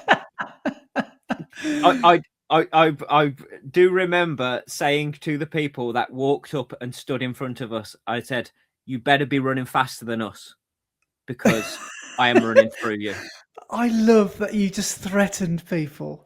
We're just there to celebrate Bushy 1000. There's some bloke from 200 mile away that goes, you better be running faster than me. Because if they don't, they just blatantly walked up and just stood in front of us. We thought we were doing the decent thing by getting there early and standing on the start line, didn't we? And how wrong were we? We stood there for about 10, 15 minutes, and these guys just rock up with a couple of minutes to go. Yeah. And just blatantly just walked straight in front of us and stood still. And I was like, what are you doing? Yeah. Do you know what? That has reminded me as well. It's a little bit like Cofton Park. You'll love, when you do Cofton, you will love the start. It's got a bushy cross-country start feel. Yeah. Like everyone is wide, like the blooming Game of Thrones, like Battle of the Bastards. It's like everyone is 200 people wide, all aiming for that narrow bit of path up the hill. So that will excite you when you go and do Cofton. Yeah, because you will love that course. But we'll talk about that next time we chat. But did you do a parkrun that weekend? I can't remember. I did. I was down in Devon. Yes, you did. You did the Holy Grail. Yes, I ran from the campsite over to Woolacombe and went and ticked off one of my bucket list parkruns. Of course you did. Yeah. Of course. How did it go? Well, it was good. I didn't do myself any favours by going for that run up to Little Hangman on the Thursday and back. And then on Saturday morning, getting up early and running to Woolacombe, because I ended up running 9 miles to Woolacombe and it was mostly uphill. So, yeah, my legs weren't the freshest when we started the parkrun, but saw a load of people from the Midlands there. Did you get recognised? Yeah, so a couple of people from Coventry were there, a couple of other people from Kenilworth and stuff. Yeah, so everybody down there on holiday. Another lad who runs Arrow Valley quite often. But yeah, it was good. So chatted to a few people and stuff at the start, and then went down to where the start line is, because I was like, I need to get nearer the front because I want to try and do well. And then we heard over a loudspeaker, like what do you call one of them ones, like a portable tannoy loudspeaker thing? Is it a loudspeaker? Yeah, tannoy. Yeah, but not a powered one. Do you know the little handheld ones? Yeah. Okay. Yeah. Anyway, over one of them, they said people are having trouble parking, so we're just going to delay the first timers briefing for a little bit, so we'll get started. The parkrun started at 9:30. Wow. So we were stood waiting on the start line for just over half an hour. So was it like a bumper crowd or something? Was there that many people there? It was a holiday season. Everybody was coming and trying to park. And, I imagine people make a beeline, don't they, for Woolacombe in the summer? Yeah. Those 6 weeks, it must get absolutely hounded. Yeah. But it can hold that many people, can't it? It's just obviously the parking. I remember the parking was a fair walk to the start where we parked. Yeah, well, did we park on Marine Drive? So on Marine Drive, there's the car park that's by the beach. But then if you go up Marine Drive, you can turn into the National Trust car park. Yeah, that's what we did. The National Trust car park is it's a strange old car park because it's basically just a strip of road, and then people are parking at an angle facing like the beach and the sea. But then the road behind the cars isn't wide enough for 2 cars, for one to come the other way and one that way. So the shuffling around that has to happen is interesting. So I think that was causing all sorts of problems. But it started at 9:30, and I couldn't believe, standing on that start line, how many people were wearing super shoes to run Woolacombe Dunes. What? People had turned up wearing Alpha Flies or something? I saw people in Alpha Fly V1s, Legends, Alpha Fly Frees, someone in a pair of Metaspeed Sky. I love it.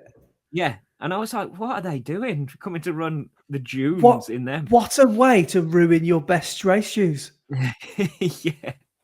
because what you put them through in that half an hour or so of running is quite brutal. Some of the terrain you run over and through. So yeah, but yeah, I was wearing my Terex Speed for this, right. So I'd and basically the route there was on road, so I'd run in my trail shoes all the way there on the road. But it was fine. They still feel decent. But yeah, we set off, and it's quite a fast and like furious start, isn't it? Because it's downhill slightly.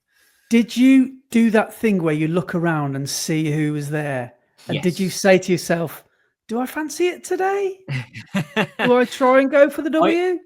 No, I knew I wasn't going to get the W looking at some of the people that were there and some of the people who had obviously run it a fair few times and had obviously turned up without 9 miles in their legs. So I was like, I'm not going to get a W, but I'll see how well I can do. And set off, and everybody just goes for it on that start because it is downhill, but it's quite stony and not quite flat underneath your feet, so you have to be careful going down that first bit. And then you turn onto the beachy path, like sandy path, and just instantly you go, oh man, this is going to be a difficult old morning. Because it was so hot down there, the sand was so soft. It was crazy. You were just sinking in with every step. So on that first bit, I managed to catch up with quite a few people who had absolutely legged it on that first gravelly, stony bit, and I overtook a few. And then you go down that mega steep dune, don't you? Like down the sand to get onto the beach, and that was a bit crazy going down that bit. Because you're moving quite fast, but your feet are sticking into the sand. But yeah, we got down onto the beach, and I could see everybody running out towards the sea first, so they could get onto the harder packed sand rather than running across soft sand. So I just followed them and ran across the beach. I think I managed to catch up a couple of people on the beach and overtake them, but that run down the beach is further than you think, and it's about a mile on the beach. So when you hit the Dune of Doom at the end of the beach, you get to the top of the Dune of Doom and you hit 2 miles. So but that Dune of Doom, man, I was running down the beach thinking, I'm going to run up that Dune of Doom. I'm going to try and get up there as fast as I can. I'm going to run up it. I'm going to run up it. I took 2 steps and went, I'm going to have to power walk this. So yeah, managed to overtake someone on the Dune of Doom, which I was quite happy with. But got to the top of it, and when you go over the ridge of it, but all the way up, just every step is proper energy sapping in it, and you're just like fighting for your life up the thing. But got over the thing and went down the little slope the other side, and that's when I hit 2 miles. So like more or less did a breathless bit of talking to the camera saying that's 2 miles done, and then pointed it round, and then you start going up some sandy paths again, but it's slightly uphill all the way back to the finish, isn't it? Is that what they call the slope of hope? The slope of hope, So you got the Dune of Doom, and then you go to the slope of hope. There is no hope in that slope. It is soft sand. You are sinking about 6 inches down into the sand with every step, and it's uphill. It makes you miss the dune. Yeah, it's horrendous. The dune wasn't that bad. Yeah. So the whole of it, you're just searching for any slightly harder bit of sand as you run up there. Your heart rate's skyrocketing. But yeah, managed to catch up another couple of people going up the slope of hope, and then you zigzag, don't you, a little bit, and then turn a sharp 180, and you're back onto that stony like start straight to go back up to the finish. But that is uphill again. And on that bit, I managed to overtake one more person, and then I just couldn't catch anybody else in front. But well happy because came across the finish line in 8th. So top 10 finish, which I was very happy about. But I finished in 21:53. So basically 5 minutes slower than my PB from 2 weeks previous. And what was your effort level, if you're being honest? Probably about the same. Really? Yeah. So do you think if you go... Obviously, I'd got tired legs from the off, but still, the effort I was putting in was, a good old effort. So do you think if you can run under 20 minutes on that course, you've done incredibly well? You are flying. Yeah, you're flying if you've done under 20 minutes. It's a 5-minuter. It is. Yeah. And like the guy who came first, I had a look at his times, and he was 5 minutes off his PB. Was he? Yeah. So, it's a 5-minuter. If you can get within 5 minutes of your PB, you're doing well, I think, at Woolacombe. I think you've got to go off really, really stupidly fast, haven't you? Yeah. And just try and make the most of those steep that downhill downhills bit, at the start.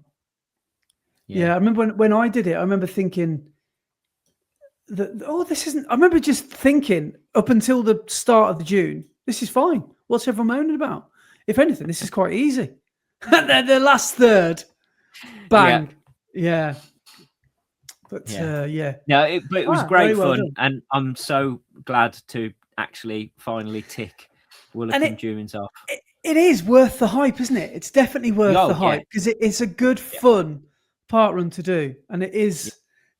Who was it that was saying? Was it Goldie that was saying that he there was like a queue to do the Dune when he did it, or something like that? So yeah, maybe people are enjoying it too much. Maybe, I don't know.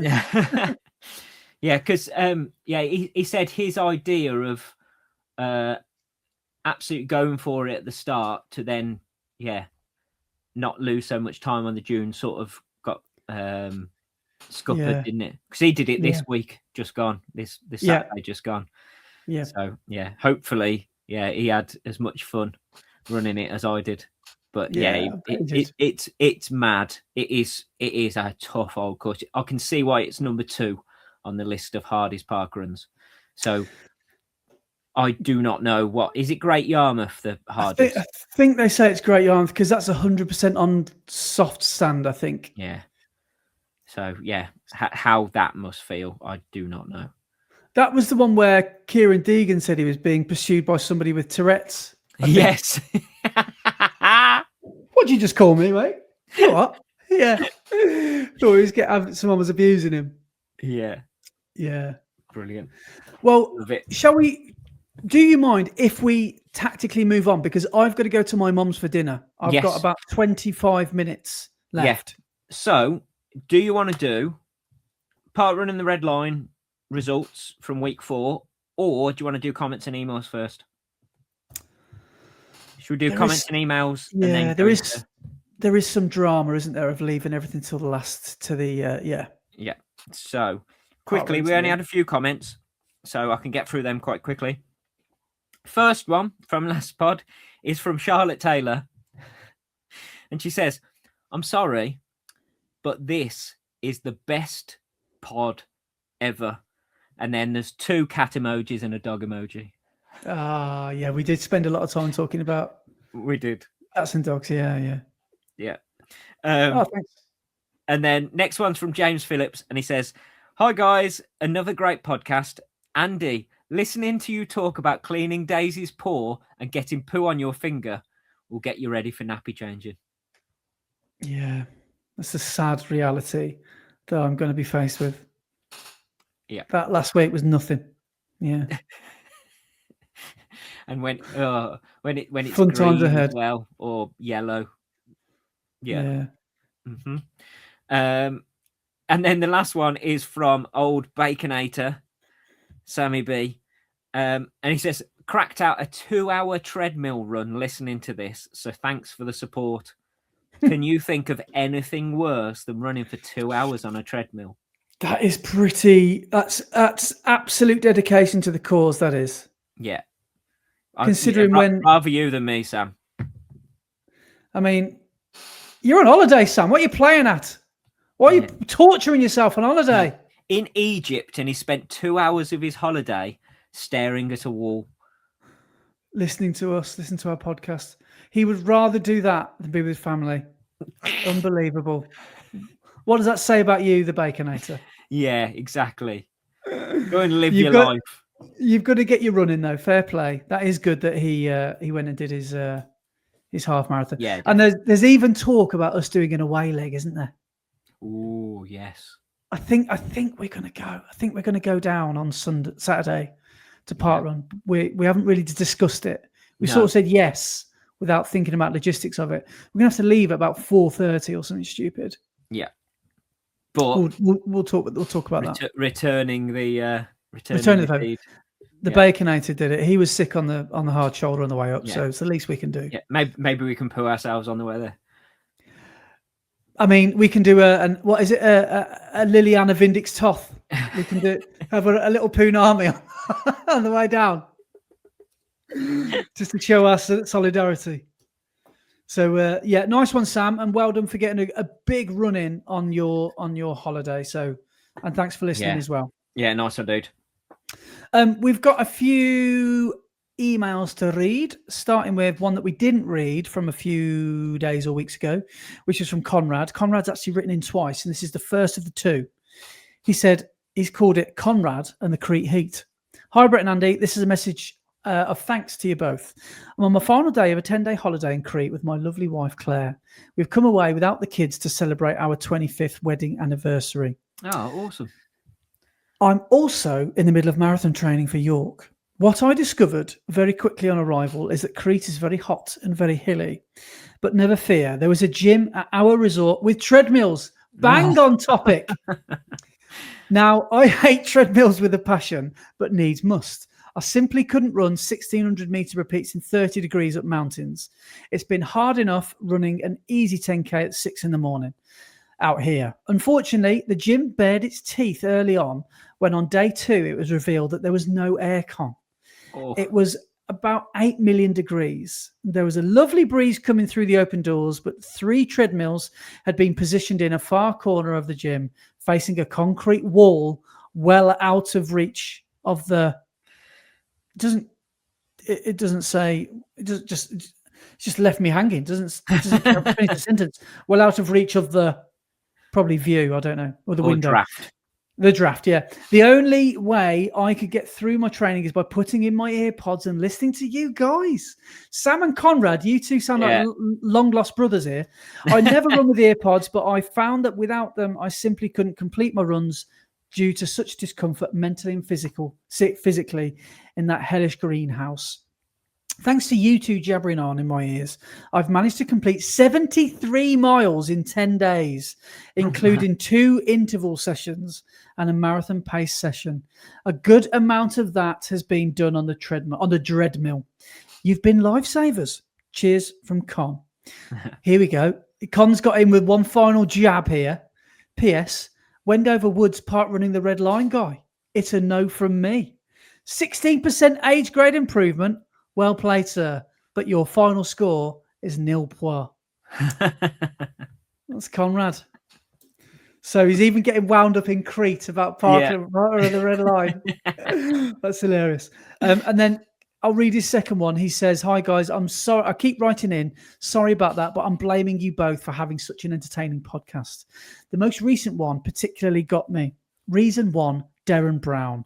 I've loved him since the early 2000s, watching all of his stuff on TV and seen him live 5 times.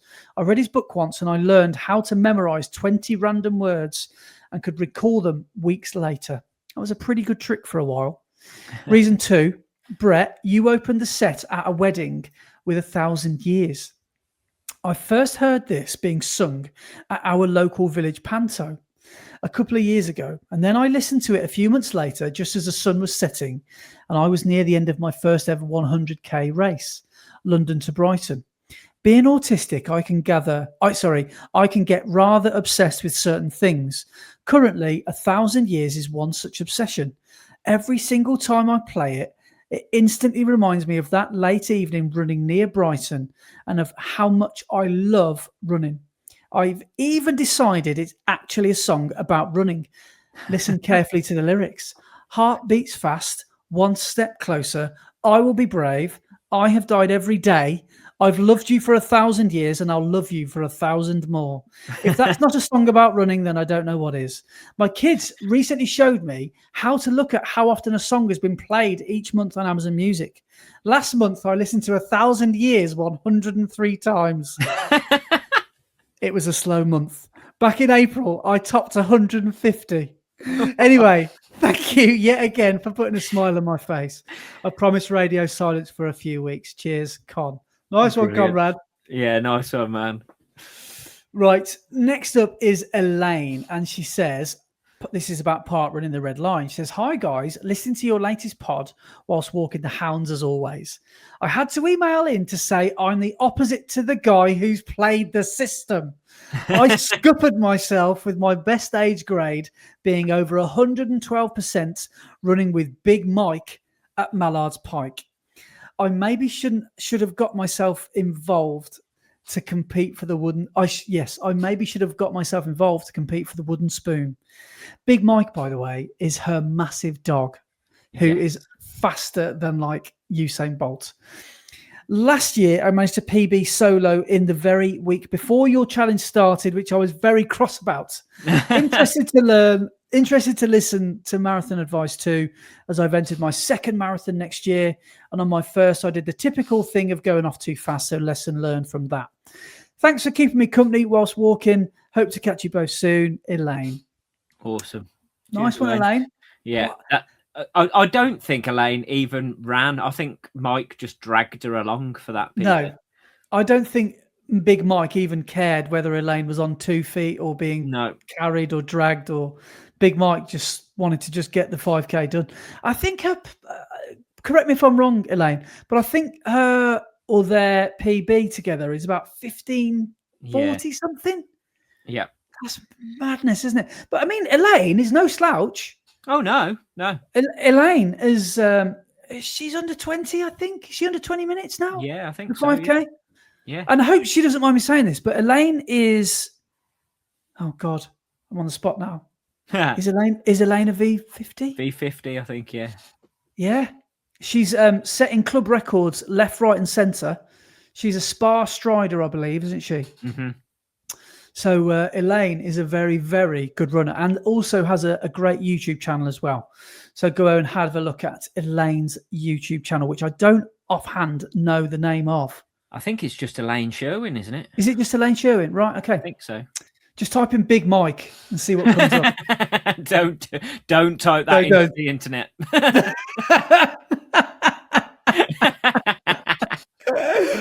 Right, so moving on to our last one now, which was TMNT, which I think I now know what that stands for, and West Mercia Police. Now, we've had an email again from the lovely Amelia. Oh, Amelia. She says, hi, Brett and Andy. I didn't want to send my email so soon, but there's been so much important stuff that's accumulated over the last few weeks, so I decided to pull the trigger. We returned to the Ninja Turtles song and one of the more recent episodes.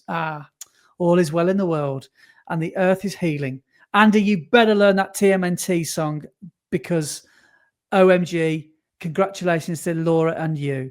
I could not believe how sneakily you shared the news about the babby. As random as I may sound from a stranger on the internet, I'm so happy for both of you and I wish you both the very best on this journey. Thank you very much, Amelia. Brett, I recently had a call from West Mercia Police. Oh. Can you imagine? They were looking for a stylish and heavily tattooed gentleman in his mid-40s who was caught speeding excessively. And I've got to say, they were very persistent. Don't worry, though, you're safe. I didn't snitch. In all seriousness, congrats on breaking sub 17 for your Parkrun in July. That speed is crazy. It's so inspiring to watch your pursuit of excellence. Keep breaking those records. Lastly, I recently paced my friend, who I've known for 20 years, to a 3-minute PB in the 10K. Oh, yes. I helped with pacing, took a lot of photos and videos, and I felt so good crossing the finish line knowing that I was part of their day. I think every runner has their favourite memories associated with running, perhaps running with their kids or hitting a target that they worked really hard for, or running a race that they always dreamed of, or crossing the finish line for the very first time.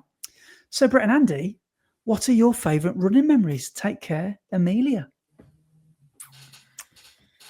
Oh, thanks, Amelia. That's amazing. That's an awesome email. Favorite running memories, I've got to say, one that always stands out is one that I'm reminded of every single time I edit this pod and every single time I watch Andy's YouTube channel. And that is Worcester half. Dude, and that's one of mine. Yeah, mate, it's so incredible. That was such a good day just to experience that. And yeah, I just... Do you know what my favourite part of that video is? Because I watched it, I think, back a few months ago. And there's one point halfway through where you're trying to talk to me, but I'm just not listening. You're like, right, we're halfway through. Andy, we've just got to... Andy! Because I'm looking at the other runners going on the other way, trying to wave to people I know. And you're trying to get my attention. But yeah, man, that was a good day, wasn't it? Yeah, it's so good. So good. Yeah, no, that's definitely one of my favourite running memories. That sub 136 in Worcester a few years ago. Yeah. And then I think my first sub 3 has got to be up there at Manchester. Just the battle that it took in the last few miles to get to that finish line in under 3 hours. That will always stick with me. And then obviously a couple of years ago at London, I've always dreamed about going under 3 hours at London, and to do it with a broken leg was an emotional moment. Yeah. So yeah, I think those are the big ones. I think for me, I've got two others that stand out. I think, apart from the one you mentioned, the It's on Andy one. The first of which was the first time I crossed a marathon finish line, or not even that. The 2 minutes previous, because it's quite a long moment, as I remember. It is, yeah. I think it's when you first clap eyes on the finish line, and you realise that you've done it, or you've very nearly done it. Well, you've pretty much done it. Even if you crawl to the finish line, you'll get there. And I remember seeing Laura, and I remember thinking, oh God, I'm getting tearing up. What's going on? I never cry. What's going on? And I remember just finishing that getting over that finish line, and just instantly just being hit by a wave of like emotion, and just feeling, I guess, proud of myself, without tooting my own horn. Oh yeah, damn right. You should be proud of yourself. But did you have the same feeling as me on your first ever marathon finish line, where it's got really painful towards the end of that first marathon? Yeah. And you cross the finish line and all that pain disappears for that moment of jubilation and euphoria. And it's the best feeling in the world for about 30 seconds. And then all the pain just kicks back in. Yeah.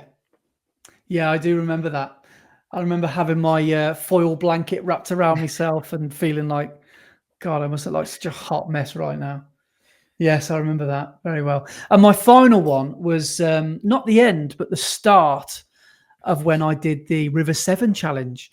I remember hiking up to the top of that mountain and then pressing my watch. And I remember just thinking that, just running down that hill, I didn't see a single other person.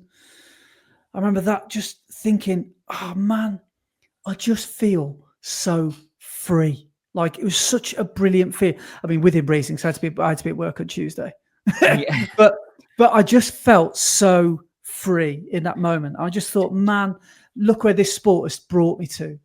Yeah, you were so free that your sphincter was free too. So is that KT tape on your leg then, dude? I wish, mate. You got any Kleenex? So yeah, I remember feeling just amazing just at the start of that race, of that run. And funnily enough, I didn't feel like anywhere near as high as that. I actually thought that when I finished, I would feel euphorically emotional and all that, but it just was too massive for me to comprehend when I finished it, and I was too tired. I was just emotionally exhausted. And when I finished, obviously it felt great, but it took me a few days or even weeks maybe to start editing the video to realize what it is that I'd done. But yeah, starting that adventure, I remember just thinking, this is awesome. This is going to be a brilliant few days. So yeah, they're probably my favorite memories. Awesome. Yeah. Right. Is that the end of the emails? Yes, it is. Yeah. Okay. So it is Parkrun in the Red Line, week 4 time. What's the drama? So, week 4, we had 5 people improve on their age grade. I'm definitely out of the top 10 now. So those 5 people, in 5th place is last year's winner, Carl Bennett. KB. He has made yet another improvement, and he has improved by 1.15%, which is great work, Carl. After the improvement you did last year, to improve on that again is awesome. Yeah. And then in 4th place is Mark Griffiths, who improved by 2.24%. Again, didn't he run a PB a few weeks ago? Hang on, I'm just going to check that because I'm thinking exactly the same. I think that might be his week 3. Yeah, on week 3, he improved by 1.31. He has improved again, but this time by 2.24%. Wow, that's a massive PB, whatever he must have run. Yeah. Wow. And if I look, hang on, where are we? Where is he? There he is.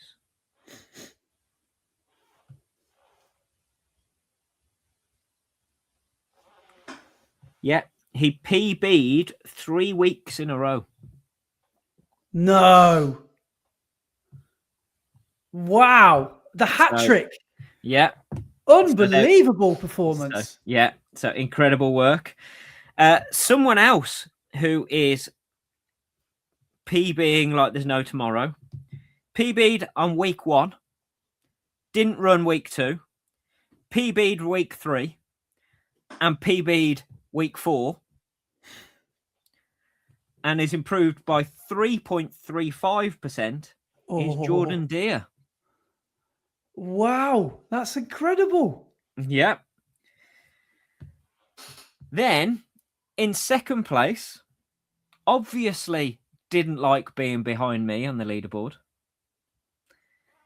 And Nathan Cleary has improved once again. No. But this time by 3.56%. So a massive improvement, and has smashed me, way down the leaderboard. So awesome work, Nathan. But in 1st place is somebody who went to the Parkrun of Dreams whilst we were both away. Made a visit for his first time at Ara Valley. I think I know where this is going. Mm-hmm. And smashed out his first ever sub 18 and PB'd by almost a minute. And has improved by 3.7%. And did all of this by walking? Yeah. Is Alex Bowden. So, wow. Incredible work, Alex. Obviously, those walking moments up the hills that you've been so proficient at recently. What a performance. Have been well worth it. because that is incredible. To go and smash almost a minute off your PB, and at that speed is quite a feat. What a guy. That's amazing. So, incredible work, Alex. That's so good. Alex just does like so much easy, hilly volume. Yep. And it works. Yeah. I mean, maybe I'm doing him a disservice there. Maybe he does do a lot of intervals and hill reps and stuff like that. I don't know.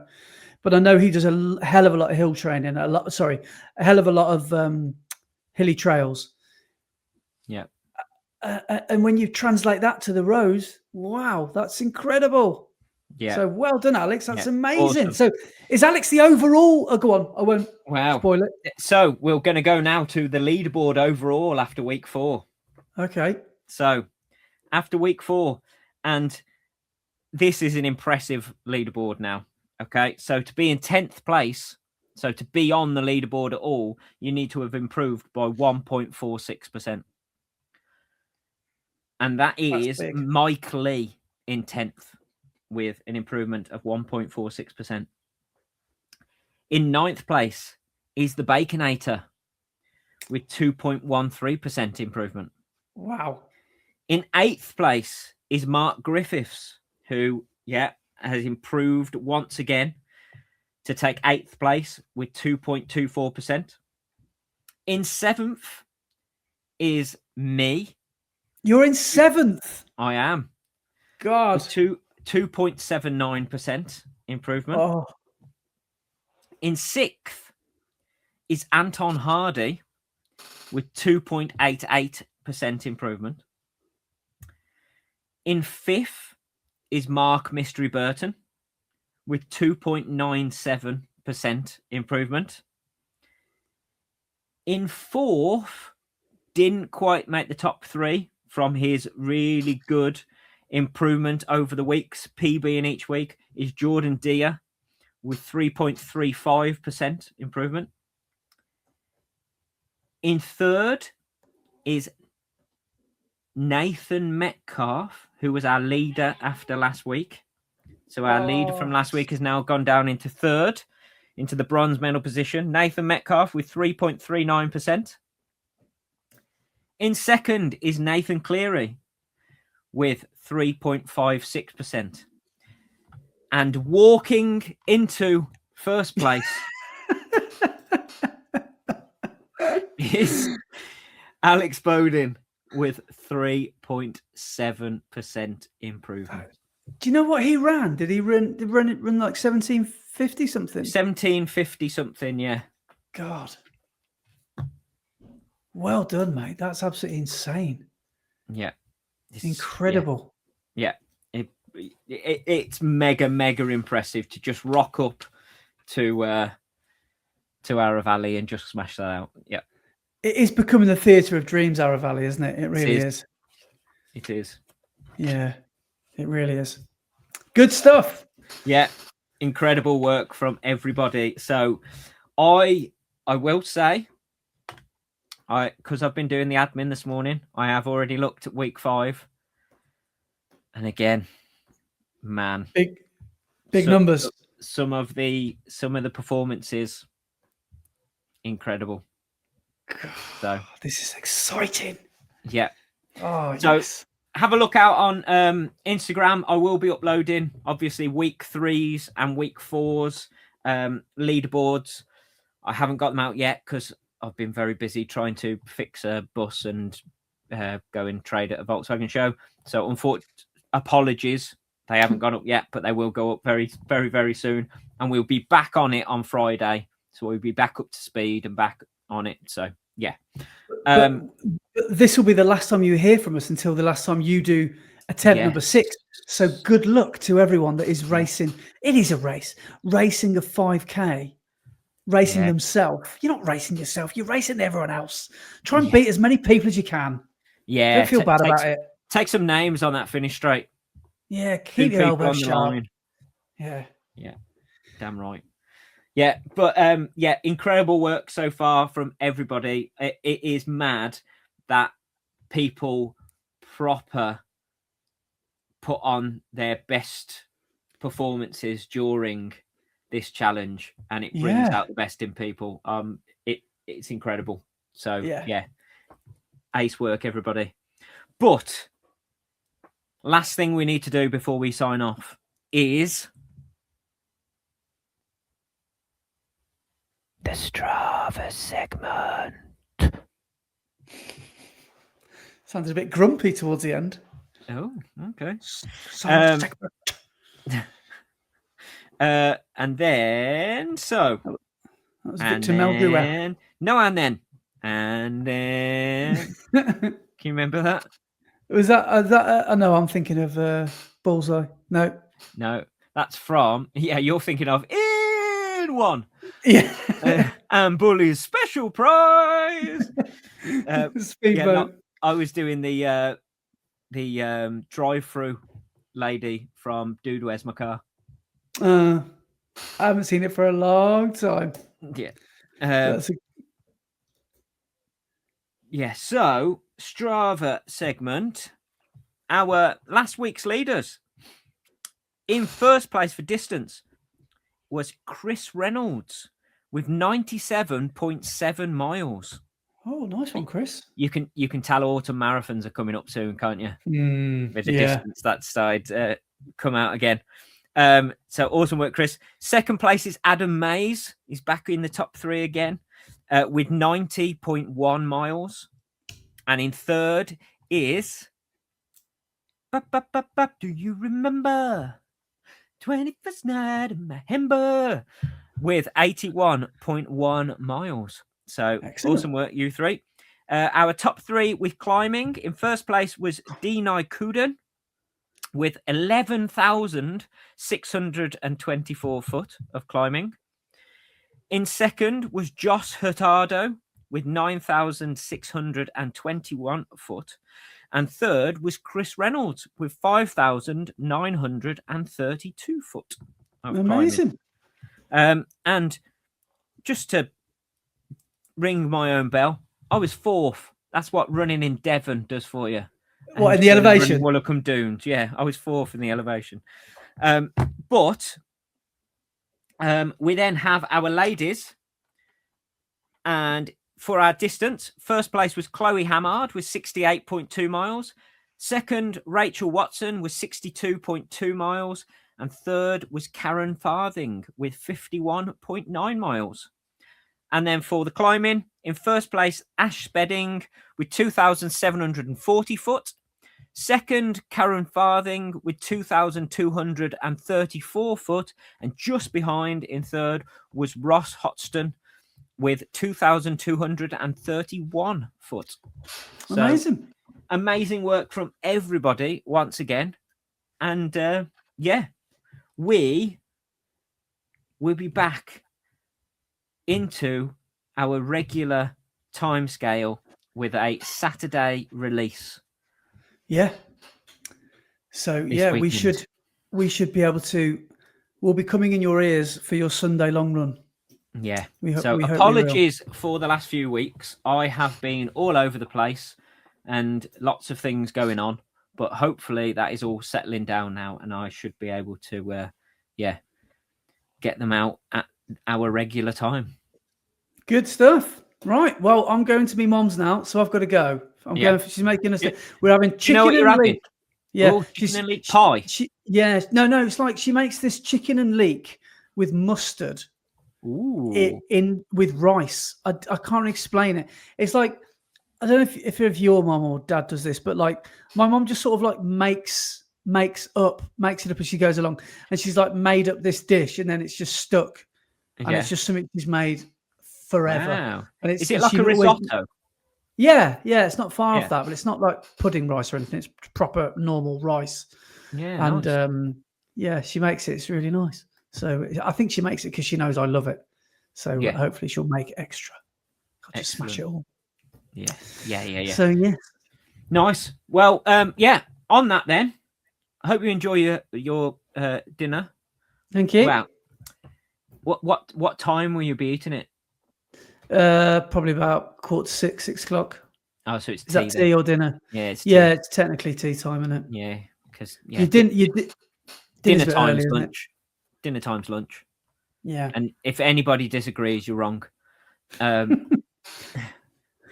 when you were at school, dinner time was and lunch. You had dinner ladies. School dinners.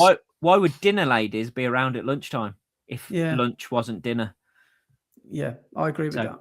Yeah, there we go. Anyway, on that, we shall say thank you so much for watching or listening, and we shall see you on Saturday. Well, Friday, but out on Saturday. Yeah. So thanks very much, guys. See you soon. Cheers all. See you soon.